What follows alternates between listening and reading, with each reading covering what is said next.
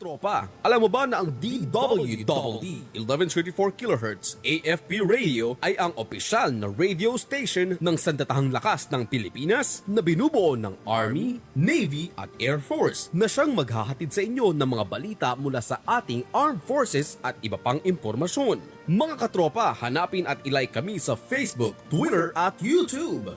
DWDD AFP Radio, ang boses ng Kawal Pilipino.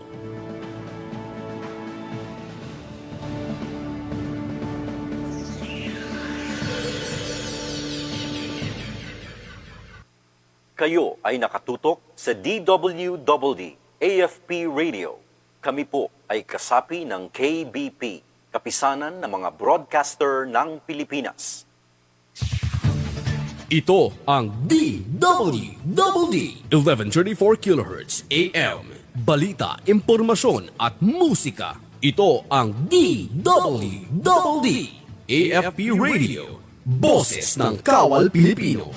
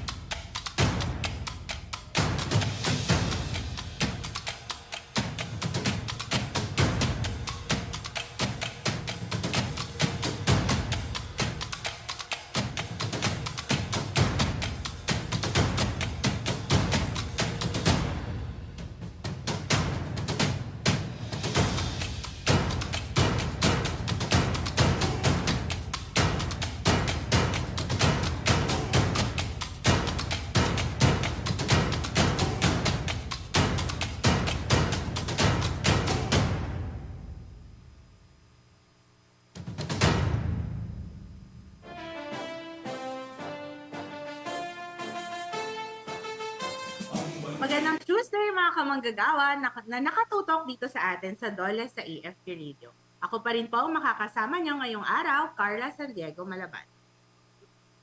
Ako naman po si Tim Laderas. Isa na naman pong episode ng ating pagsasaluhan para talakayin ang mga napapanahong balita at mahalagang impormasyon tungkol sa paggawa at panghanap buhay sa ating bansa. Hello po muna tayo sa mga kamanggagawa natin na laging nakikinig at nakatutok sa Armed Forces Radio Channel, DWDD 1134 kHz. Mapapanood nyo rin kami sa live stream at sa aming mga Facebook pages, Department of Labor and Employment at AFP Radio DWDD 1134 kHz official Facebook page. I-like, mag-comment at huwag kalimutang i-share ang ating episode para mas marami pang kamanggagawa at namumuhunan ang maabot ng ating programa. Good morning mga kamanggagawa. Good morning, Sir T. Good morning, ma'am. Kamusta ang inyong araw? Ayan, isang linggo ang makalipas ng ating last episode. Tuloy-tuloy pa rin po ang ating paghahatid ng mga magagandang balita mula sa ating mga rehiyon. Pati na rin ang mga napapanahong impormasyon para sa ating mga kamanggagawa. And speaking of panahon, mga kamanggagawa, nagkakaroon na nga ng pagbabago Yes. sa panahon. Siyempre sa mga mangilang-ilang lugar Oo. dito sa bansa. Sa bandang Bulacan area. Kagabi. Oo, wala. di ba?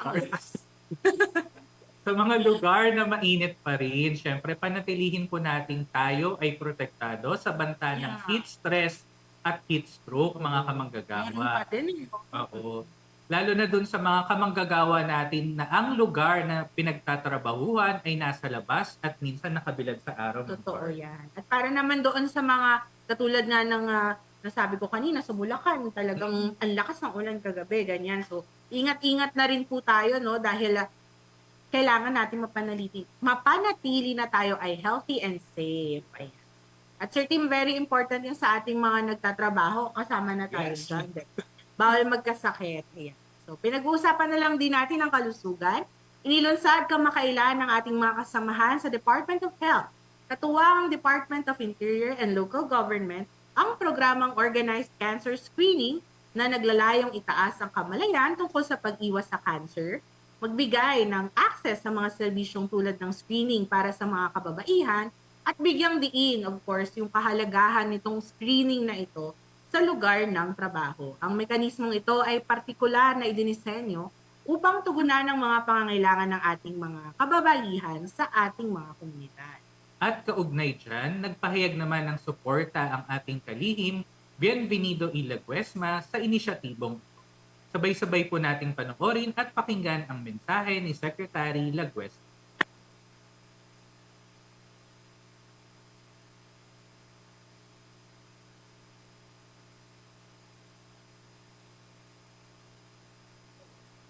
Isang mapagpalang araw sa inyong lahat. Sa ngalan ng Kagawaran ng Paggawa at Empleo, taus-puso at buong-buo ang aming pagsuporta sa paglulunsad ng Organized Cancer Screening Services sa pangunguna ng Kagawaran ng Kalusugan. Bilang kasapi ng Pambansang Health Promotion Framework Strategy, patuloy na isinusulong at ipinatutupad ng DOLE ang aming mandato na protektahan ang mga manggagawa at itaguyod ang kanilang karapatan, lalo na ang may kaugnayan sa kalusugan at kaligtasan sa kanilang mga kumpanya at lugar na pinagtatrabahuhan. Noong ika-25 ng Setyembre ng nakalipas na taon, inilabas ng Kagawaran ang Labor Advisory No. 20, Series of 2023, patungkol sa Workplace Policy and Program on Cancer Prevention and Control. Saklaw ng nasabing programa ang mga serbisyo patungkol sa cancer prevention, access sa screening, diagnosis, treatment, protocol sa return to work, alituntunin ukol sa pasahod at iba pang mga polisiyang tungkol sa mga usaping panglipunan. Ang mga preventive policies tulad ng angkop na cancer screening ay hakbang upang itaguyod ang isang maagap na pampublikong programa laban sa iba't ibang uri ng kanser at upang maitaas ang kamalayan ng taong bayan ukol sa mga maaaring panlunas laban sa sakit na ito. Bilang isang nagkakaisang bansa, may pagmamahal at pagmamalasakit, sama-sama nating isulong ang kalusugan at kapakanan ng bawat Pilipino, lalo na ang ating mga kababaihan. Mabuhay kayong lahat. Maraming salamat. Good news naman tayo mga kamanggagawa. Unahin natin ang good news sa probinsya ng Nueva Vizcaya. DOLE na mahagi ng kabuhayan kits sa mga magulang ng child laborers sa Nueva Vizcaya. Bilang tugon sa advokasiyang mapatigil ang mga batang naghahanap buhay, pinagkalooban kamakailan ng DOLE, katuwang ang lokal na pamahalaan ng Aritaw, Nueva Vizcaya, ang 12 magulang o guardians ng mga child laborers sa nasabing bayan. Sila ay nakatanggap ng mga packages na nagkakahalaga ng 300,000 pesos para sa welding services, native cake vending, lugawan at lutong ulam vending, rice retailing, sari-sari store na may bigasan, at snack vending na negosyo mula sa DOLE Integrated Livelihood Program o yung tinatawag nating DLIP.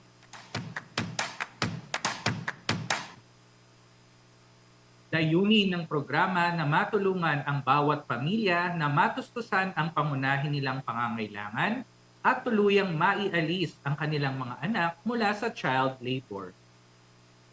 Isinaad ni Nueva Vizcaya Field Office Head Elizabeth Martinez ang kanyang hiling na sana ang mga kabataan ay nag-aaral, malusog at masayang naglalaro na lamang at huwag nang bumalik sa pagtatrabaho.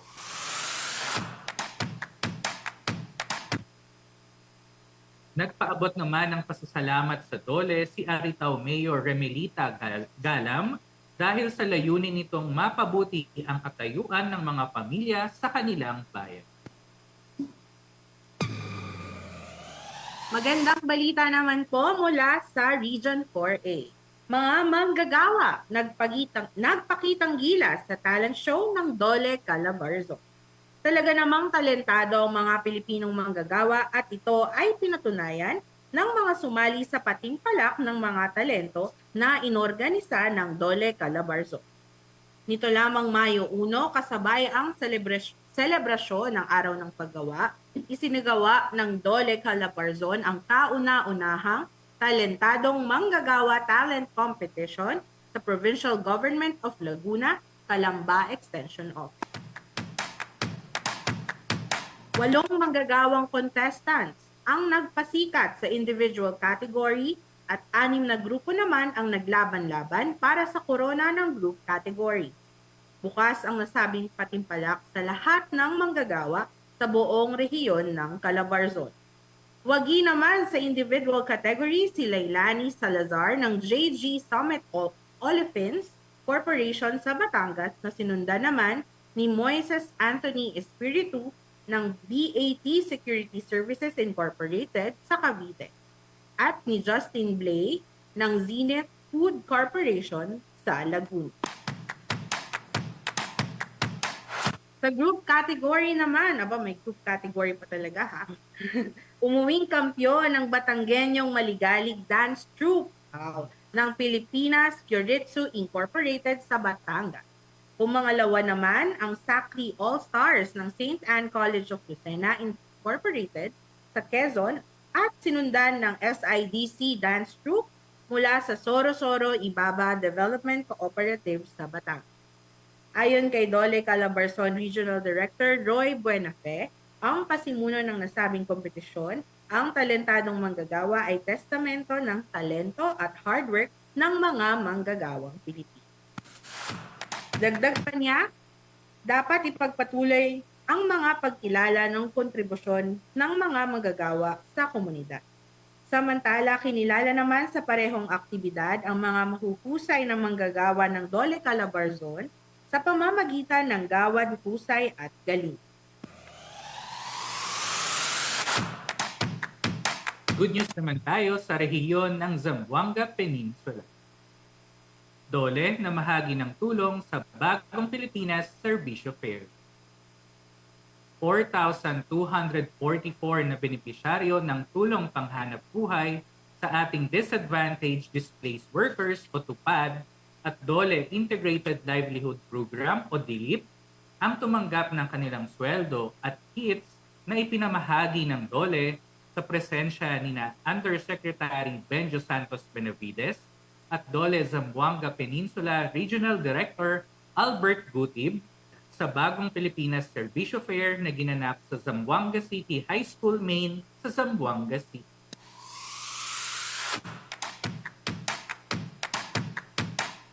Ilan din sa mga serbisyong handog ng Dole ay ang TUPAD orientation, pamamahagi ng GIP stipends, profiling para sa livelihood assistance, pagbibigay ng livelihood seminars, at pagbibigay ng tulong sa mga kliyenteng posibleng makapag-avail ng mga programa at serbisyo ng Dole. Dumalo sa opening ceremony ng Bagong Pilipinas Servicio Fair sina House Speaker Ferdinand Martin Romualdez kasama ang 85 congressmen, mayors, assistant secretaries, undersecretaries, at iba pang mga opisyales sa buong bansa.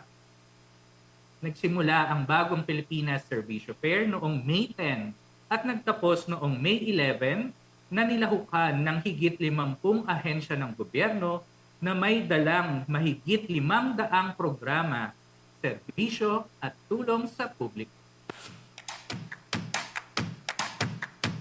At yan po mga kamanggagawa ang good news na tampok natin ngayong umaga. Para sa mga nakamiss ng ating episode last week tungkol sa iba't ibang serbisyong pangkabuhayan ng Dole, yan po ang tututukan nyo maya-maya lamang kasama dyan, Sir Tim, yung ating discussion dun sa DILIP, TUPAD, and Kadiwa. Isa din sa dapat nilang abangan dyan, dun sa mga nakamiss, no? Yung mga nagkakalat ngayon ng mga fake news and scams. Ayan. Tututok lang po kayo mga kamanggagawa sa aming naging panayam kay Bureau of Workers with Special Concerns, Director Ama Carisma Lobrin sa Tumba, pagkatapos ng ilang mga paalala. Oras po natin, 18 minuto, makalipas ang 11 ng umaga. pa, alam mo ba na ang DWDD 1134 kHz AFP Radio ay ang opisyal na radio station ng sandatahang lakas ng Pilipinas na binubuo ng Army, Navy at Air Force na siyang maghahatid sa inyo ng mga balita mula sa ating Armed Forces at iba pang impormasyon. Mga katropa, hanapin at ilike kami sa Facebook, Twitter at YouTube. DWDD AFP Radio, ang boses ng Kawal Pilipino.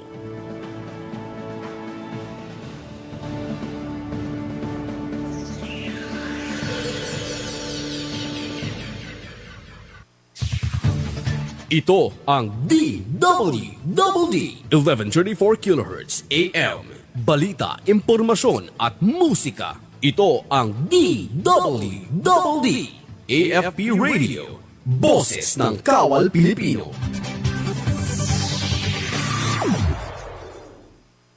Kayo ay nakatutok sa DWDD AFP Radio. Kami po ay kasapi ng KBP, Kapisanan ng mga Broadcaster ng Pilipinas. Babalik po tayo mga kamanggagawa dito sa Dole sa AFP Radio. Halos isang linggo na nating ginugunita ang selebrasyon ng ating ika-122 araw ng paggawa sa bansa. At kasama sa selebrasyong yan, iba't ibang programa ang aktibidad at serbisyo para sa ating mga kamanggagawa ang isinagawa ng Dole sa buong bansa. Kasama na dyan ang malawakang pamamahagi ng tulong panghanap buhay, tupad at kadiwa sa araw ng paggawa. At para bigyan tayo ng detalye sa mga naganap na activities na yan, kasama po natin ngayong umaga si Bureau of Workers with Special Concerns Director, Ma'am Ama Carisma Lubrin Satumba. Director Cha, magandang umaga po. Magandang umaga, Tim and Carla. So ito, nagbabalik po tayo. Ano? At excited ako na magkwento kung ano ang mga nangyari sa atin at pinamahagi natin ng ating araw ng paggawa. Yan, maraming salamat po sa laging pagtanggap sa aming imbitasyon, Dear Cha. Diretso na tayo, no? Sa ating, dahil sabi nyo nga po, excited na po kayo sabihin sa amin kung ano ang mga naganap nito nga po, nitong nakaraang linggo, Dear Cha, ay ika-122 anibersaryo ng ating araw ng paggawa. At muli po tayong nagsagawa ng malawakang pamimigay ng tulong pangkabuhayan sa ilalim po yan ng ating DILP o yung Dole Integrated Livelihood Program. Pakibahagi naman sa amin, Director, kung ano po ba yung layunin ng DILP, ng Dole Integrated Livelihood Program, at ano din po ba yung maaaring matanggap ng mga kamanggagawa sa ilalim po ng programang ito. So thank you, Carla. Salamat sa opportunity. No? So sa mga tagapakinig po natin ngayon, tayo po ay makinig, no? So yung Dole Integrated Livelihood Program, ito po ay isang assistance para tayo ay magkaroon ng maliit na negosyo, okay? Ng pagkakakitaan. Pero hindi po kami nagbibigay ng cash, no? It will be in the form of raw materials, mga tools, mga equipment na kakailanganin ninyo sa inyong mga negosyo na gagawin. So pwedeng kung gusto niyo mag-umpisa, pwede yun, livelihood formation ang tawag doon. Kung meron naman kayong mga existing na mga maliliit na negosyo, at gusto niyo po itong i-enhance, no, ay pwede rin yon. At kung kayo naman ay naapektuhan ng mga kalamidad, mga disasters, at yung inyong maliit na negosyo ay nasira, nawala, nag-o-offer din kami ng assistance through our livelihood restoration. At Team Carla, pwede itong individual o grupo, no? Pag individual, pwede hanggang maximum of 30,000 na worth ng mga materyales o mga equipment ang pinamimigay natin. At pag grupo naman, no, ay syempre mas malaki ito. Depends sa number ng members. So pwedeng hanggang 500,000 hanggang 1.5 million ang pinamimigay natin. Kalaki pala, 30. Oo. At sa nagdaang Labor Day nga, Dear Cha, ano po ba yung mga klase ng tulong pangkabuhayan yung ating ibinigay at ilan po bang mga benepisyaryo natin yung nakatanggap ng tulong pangkabuhayan, Dear Cha? Okay. Naku, napakarami kasi alam nyo, yung ating napaka-flexible kasi Team and Carla ng DILP eh. It can be any negosyo, no, na gusto na maisip mo kung ito ay may market, kung ito ay depende rin sa skills mo. So halimbawa, marami tayong food processing, no? mayroon pang may daing making, may banana chips making nung na binigay sa ating mga beneficiaries ng may nego cart. So yung mga nagtinda ng mga fishball, kikiam, may mga shake, no? Kasi mainit ngayon eh. So may mga shake, no? Tapos mga agricultural supplies para sa ating mga magsasaka. Pwede rin yun. Meron din ng Labor Day na nag-engage sa sari-sari store, no? Dressmaking. So pag dressmaking, nagbibigay kami ng mga, ang tawag doon, yung sewing machines, di ba? At pati yung may mga skills sa welding, may mga welding services. Nagtayo rin ng mga vulcanizing services, yung ating mga ilan na magaling sa vulcanizing. So marami no na nakakatulong talaga sa komunidad. Yun ang examples. At alam niyo ba na ngayong nung Labor Day, nag-benefit ang 35,598 livelihood beneficiaries at ang pinamigay natin ay around 700 million pesos nationwide, no? Ito ay isa sa mga pinakamalaking sabayang pagbibigay ng livelihood assistance. Yes, dear Cha, dahil hindi po nalalaman ng ating mga workers, ay talagang inilapit natin yung ating serbisyo sa mga probinsya. So, mas marami tayong sabay-sabay na nagpamigay ng assistance dahil parang kada province ay meron tayo at least one. At ulitin natin, no, nasa 35,598 yung naging benepisyaryo ng DILT at nasa higit 700 million ang ginugol para dito sa tulong na ito. So isa pa po, dear Cha, na ginagawa po natin kapag meron tayong araw ng paggawa ay yung tupad payout. Ayan. So marami, very familiar na siguro yung mga kamanggagawa natin dito sa tupad. Pero para po dun sa mga hindi pa nakakaalam, dear Cha, gaano po ba katagal itong short-term employment na ito o emergency employment po na ito na pinagkakaloob po natin? And ano po ba yung natatanggap nila? Magkano po ba yung natatanggap nila pag sila po ay tupad beneficiary? Okay. So ang tupad napaka-popular na ngayon, isa ito talaga sa mga flagship programs ng ating departamento at talagang proven na kasi na nakakatulong siya, no, nakakapagbigay talaga siya ng sweldo dahil sa sweldo nila ng assistance sa mga bahay-bahay. Sa tupad, no, ito ay tulong panghanap buhay sa ating mga disadvantaged workers. So pag sinabing disadvantaged, malawak 'yun, Carly and team, no. So yung mga vulnerable, yung mga nangangailangan talaga, no, yung ating marginalized, mga PWDs, senior citizens, IPs, mga parents ng mga child laborers, kasi naniniwala tayo na dapat ay unahin, prioritize ang mga to. At marami pa mga magsasaka, lalo na ito yung mga naapektuhan ng El Nino. Nakita nyo kanina yung nangyari sa Occidental Mindoro. So nakakatuwa naman na nakatulong tayo nakahawak sila dahil tutupad, no, ng sweldo para maitawid ang taggutom at yung wala dahil nga sa init, no. Ang tupad ay nagbibigay tayo kung tama yung kanina explanation nyo, no. Sweldo ito sa 10 days minimum work up to 90 days. So depende sa nature ng work. So kung ito ay mabilis lamang, maiksi lamang, yung minimum siguro. Pero kung ito ay matagal, halimbawa yung mga agroforestry projects natin with DNR, pagtatanim, minsan na ma-maximize to 90 days, staggered siya kasi una may seed preparation yan, tapos i-plant mo, tapos i-maintain mo, no? Yung iba naman, yung katulad ng pag-prepare ng mga health centers, mga daycare centers, yung mga sa eskwela, yung mga pag-repair ng desks, ng tables, chairs, no? Saglit lang yan. So, depende sa community project at gusto namin talaga ngayon, Carla, team ay maging very meaningful, may impact sa community, yung mga nature ng work na gagawin ng tupad. Hindi lang siya basta walis-walis, ayaw na natin ng ganun.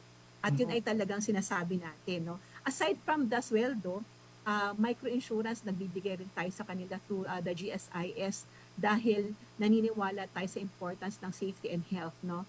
Kaya accident insurance ito, parang 59 pesos ang isa, pero covered na siya for 1 year, no? At pero ayaw naman natin talaga na magkaroon ng aksidente. And of course, personal protective equipment. So yung nakikita niyo na t-shirt nila, at kung depende kung ano yung Kung ano, depende kung ano yung gagawin na work ay nadadagdagan yung tinatawag nating PPE. Bukod po sa inyong mga nabanggit, So, dear pala team, tinanong, yes, ma'am. pero hindi mo pa naman tinatanong kung magkano yung, saka ko na kahit mamaya kung ilan yung Yes, pinag- dear siya. Apo, yes po. Bukod po sa nabanggit nyo, dear Cha, may mga pagbabago po ba tayong ginawa para mas mapabuti pa natin yung implementasyon nitong tupad program? Okay. Sabi nyo nga kanina, team, short-term employment lang siya. So, it's just a safety net.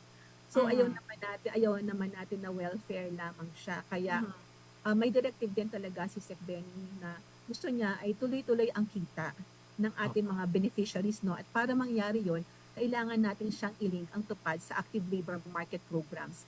So, halimbawa, doon sa aming profile form na pinamimigay sa tupad beneficiary, may mga tanong na doon. Pagkatapos pa ng iyong pagtatrabaho, gusto mong magkaroon ng skills training. So pagka nag-yes sila doon, i-refer natin sila sa TESDA.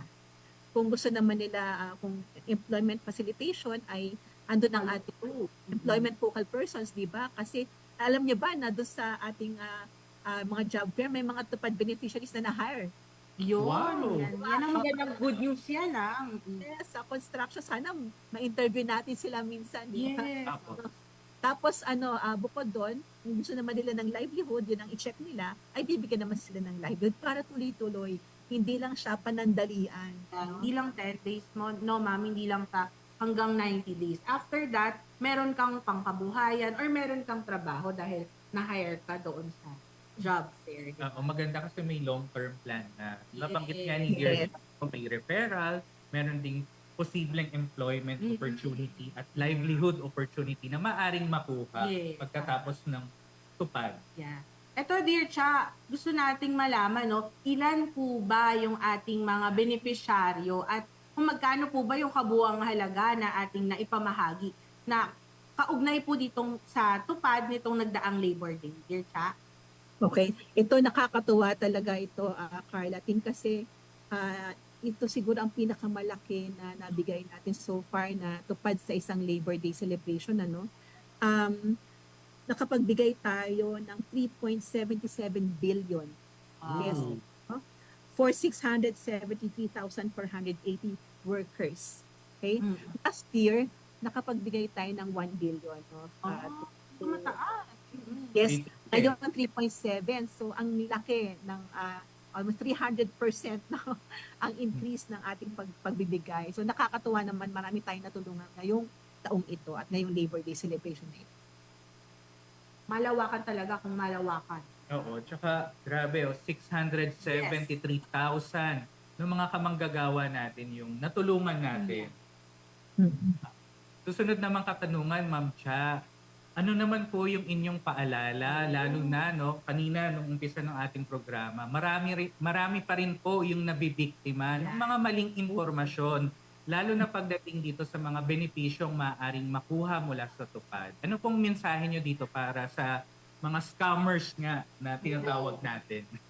Oo nga, narinig ko nga kayo kanina. Salamat ha kasi nauna na kayong magbigay ng warning sa ating mga tagapakinig. Yun na, nakakalungkot kasi napakaganda niyang programa, Carla, may maraming natutunan. Pero ang dami pa rin talaga na gusto magpasamantala sa ating mga kapwa, no? At kaya maging maging alerto tayo yung mga nakikinig sa atin, yung mga tama sila Tim at Carla, no? Hindi fix ang sweldo ng tupad na 800 pesos. Ito ay depende dun sa minimum wage ng region ninyo, no? At ito ay sweldo. Hindi siya pinamimigay lang basta. Yeah. Wala kang ginawang trabaho. Sweldo siya, kaya sweldo dahil ibig sabihin nagtrabaho ka, no? Yun. At ito ay ang DOLE lamang ang nagtatransact nito. Sila lang ang nag-i-implement nito, DOLE lamang. So kung kayo ay interesado, punta kayo sa aming mga opisina, sa mga field offices namin, provincial offices namin. Hindi kailangan mag-miyembro sa iba't ibang organisasyon dahil wala namang bayad ito, no? Walang membership fee para maka-avail ka sa tupad. So yung mga ganyan po, i-report nyo sa amin. I-report nyo sa hotline namin, yung 1349. Sabihin nyo kila Tim at Carla kung may naririnig kayong ganyan kasi bawal po yan. No? At gusto ko rin i-remind Tim and Carla, doon sa mga tupad beneficiaries natin, sa inyo po buong-buo ang inyong sweldo. Huwag niyong hahayaan na yung inyong sweldo ay magkaroon ng cut ang iba. No? Kasi pinagtrabahuhan niyo po yan, sweldo niyo yan. Kung meron din po sa inyo, ang parte ng inyong sweldo ay sabihin niyo po sa amin. I-report niyo po sa DOLE. Yan. So, maraming salamat, Dear Cha, dyan sa paalala. Paalala po ninyo na yan, no? Lalong-lalo na yung buo ang sweldo dapat na natatanggap ng ating mga tupad beneficiary. Dapat walang bawas. Yes. So, kung magkano, so compute nyo yan. Magkano ang minimum wage rate nyo times 10 days. Or kung 20 days or hanggang 90 days, kung ilang araw ang kayong, ilang araw kayong magtatrabaho. At saka Carla, sa orientation, kunyari napili ka na beneficiary ka, sa orientation para sa kanila, sinasabi ko magkano ang sweldo nila. Ayun. Yun naman pala. Merong mga orientation naman para sa ating mga tupad beneficiary. Oo, siguro isang magandang paalala din, no? Huwag maniniwala doon sa mga infographics na makikita nila sa iba't ibang mga pages. Tumutok lamang kayo doon sa mga official Facebook account ng DOLE at ng regional offices natin. Regional offices, pati na rin ng ating mga bureaus. Oo, lalo na ng BWS. Yeah, oo. Diyan yung makikita yung mga legit. Kasi Na yung information. iba, parang meron pa, Dear Cha, Sir Team, na scholarship daw, cash assistance daw. So, yung mga ganyan, mga kamagagawa, hindi totoo yan. So, punta lang po kayo, follow and subscribe and like na lang po kayo sa ating mga official Facebook pages. Nandun po lahat ng mga kumpletong impormasyon at legit na impormasyon tungkol dyan. Ayan. Dear Cha, isa pa na naging programa natin, kaugnay nitong araw ng paggawa, itong Kadiwa. So, ayan.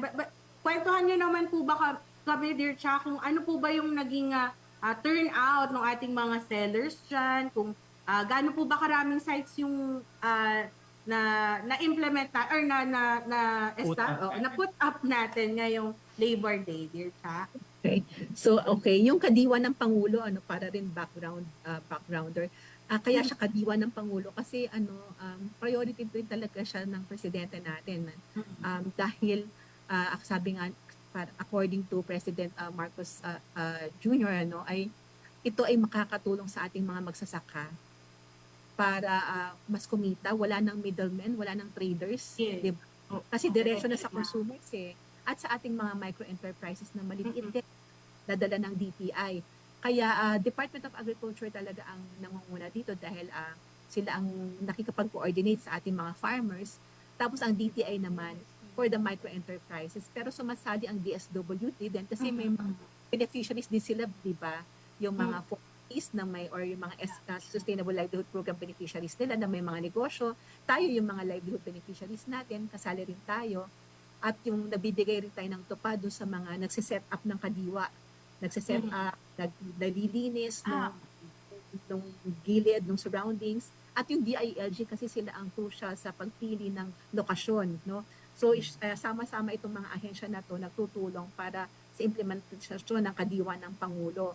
At ngayon ay first time din talaga na napakarami nating sites na nasabay-sabay, 102 kadiwa sites, no.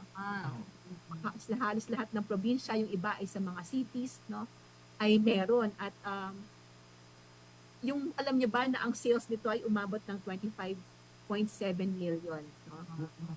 Lahat yun Dear Cha, na napunta sa ating mga sellers, di ba? Talagang kumita sila. Oo. Yung ating mga sellers ay 3,873 at ang ating enterprises na nakilahok naman ay around 2,012. So maraming kumita ng mga farmers and micro-enterprises at marami rin namang natuwa na mga katulad natin na nakabili ng murang mga pagkain, no? Yes, so malaking tulong talaga to, no, Dear Cha, Sir Team, sa ating mga kamanggagawa. Yung mga nag-join sa job fair, after nun, pwede silang mamili, makakauwi sila ng mas mura. Dahil, tama po, no, Dear Cha, yung ating mga kadiwa ay, kung hindi po malapit, nandoon mismo kung nasaan yung ating mga job fair sites.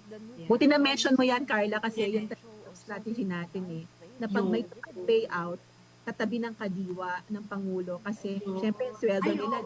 Tama. Para may pambilis, makakabili agad sila ng kailangan nila sa bahay, no, na mura. Yeah.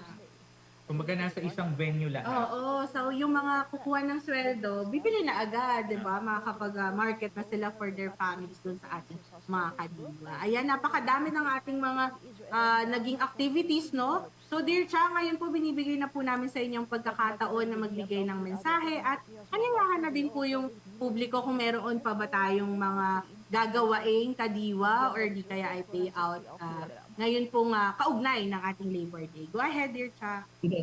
Thank you, Carla and team. So, yung po sa kadiwa ng Pangulo, ito po ay nagkaroon na ng joint memorandum circular ng DOLE, DA, DSWD, DTI, saka DILG, at ito po ay magiging regular na. Regular siya. Abangan lamang po natin kasi ang DILG po ang isa sa mga lead conveners dito dahil pwede nga po sa mga makukuhang alokasyon at yung DA naman para doon sa kung may supplies ba, no?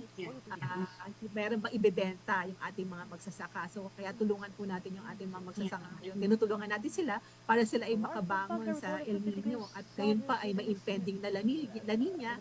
Kaya patuloy po tayong tumutulong through our livelihood program, through tupad sa ating mga workers na mas higit na nangangailangan. At yan po ay part ng ating commitment sa Labor and Employment Plan ng 2020 to 2028 ni Secretary Bernie Laguesma. So yun lamang, Team and Carla, at maraming salamat ulit sa opportunity na ma-share yung aming mga ginagawa. Yes po. Again, no, Ma'am Director Cha, congratulations unang-una sa BWSC bilang program manager ng mga napag-usapan nating programa, pati na rin syempre yung sa mga implementing agencies natin, mga regional offices. Yes. O hanggang field offices. Diba? So, thank you naman sa inyong efforts para mas maging closer o maipalapit sa ating mga kamanggagawa itong ating mga serbisyo at programa. Yes, hindi na namin kayo patatagalin, Director Cha. Muli, maraming salamat po sa pagpapaunlak ng inyong oras dito sa DOLE sa AFP Radio. More power po sa inyo dyan, dear Cha, sa BWC. Stay safe and healthy po. Thank you very much, dear Cha.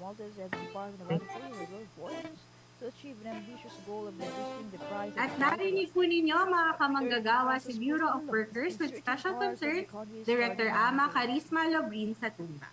Maaari po kayong makipag-ugnayan sa BWST sa pamamagitan ng kanilang mga hotlines na matatagpuan sa kanilang website bwsc.dole.gov.ph.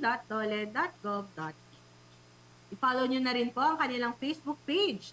Type nyo lang DOLE Bureau of Workers with Special Concerns sa inyong mga search. Ayan. At para sa iba pa mga labor-related na tanong, kung may nais malaman at ireklamo, mag-dial lang po DOLE Hotline 1349. Siyempre, maaari din kayong mag-send ng email sa hotline 1349 at dole.gov.ph o kaya mag-direct message sa aming Facebook page para sa inyong mga labor and employment concerns.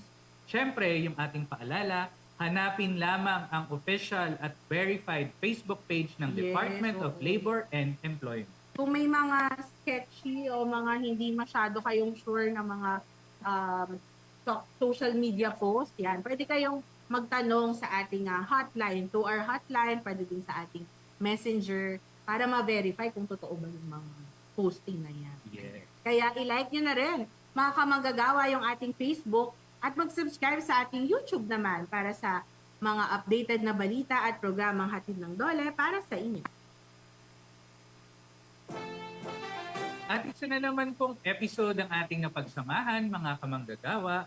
Sa susunod na Martes, isa na namang programa ng DOLE ang ating tatalakayin dito pa rin sa Armed Forces Radio, DWDD 1134 kHz at DOLE Official Facebook. Sa ngalan ng aming mga kasamahan sa DOLE Information and Publication Service at sa tulong ng ating mga katropa sa Armed Forces of the Philippines Radio, ako pong muli si Team Ladera. Ako naman po, Carla San Diego Malabanan, tutok po ulit sa susunod na episode ng ating programa para sa iba pang mga serbisyong hatid ng DOLE sa bawat manggagawang Pilipino. Dito lamang yan sa DOLE sa AFP Radio.